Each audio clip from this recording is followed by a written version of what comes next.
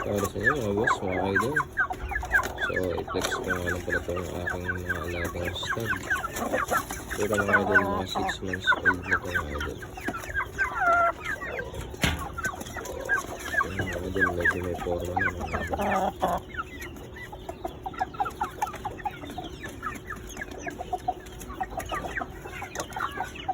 So, yung katsaw na ginamit ko nga pala dito mga idol ay yung katsaw na Tatay Elo. Kung napapansin nyo mga idol, mukhang kamukha ng ulo. Yung kulay na katsaw na Tatay Elo mga idol. So, dalawa ito mga idol. Ayun yung isa. Ito-trade ito mga idol.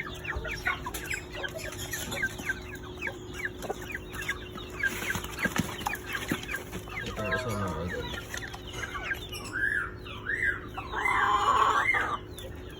6 months old na ito mga idol. So hindi ko ito na tatalo mga idol. Hindi ko pa rin naibibitaw. May tatanong kung naibitaw na daw ito mga idol. Hindi ko po naibibitaw.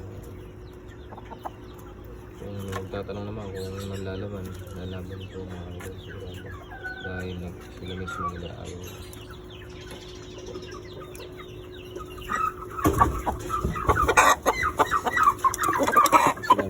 Medyo maingay yung mga alaga natin mga idol. So, ayan mga idol ko. Ito yung mga 6 months old na alaga natin. Stag mga idol. So, dito mga idol, meron tayong isang bangkas mga idol.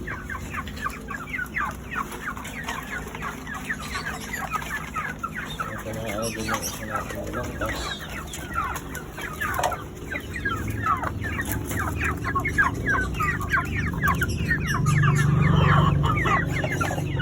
Ito mga idol. Ito yung ating alagang bangkas mga idol.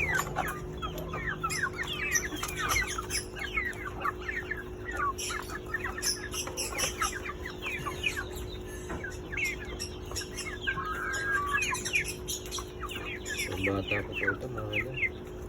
Siguro mga nasa 4 months ito mga idol.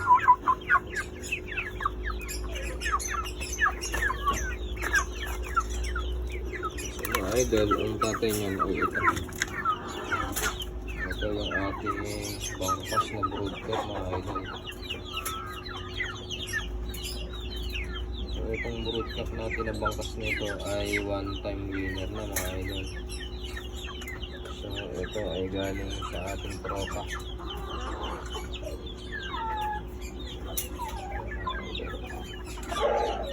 Galing ito sa tropa natin from Laor, Nueva Ecija mga idol. Ito yung winner ng tropa natin na ipinatulog sa ating mga idol. So pinapros naman natin sa gray mga idol. Yung mga kapalit na natin gray.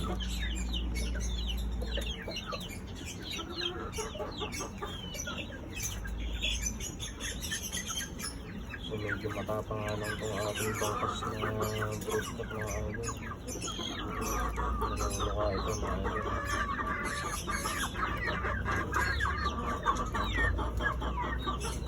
So yun lamang mga boss, mga idol, ang munting update sa aking munting manukan.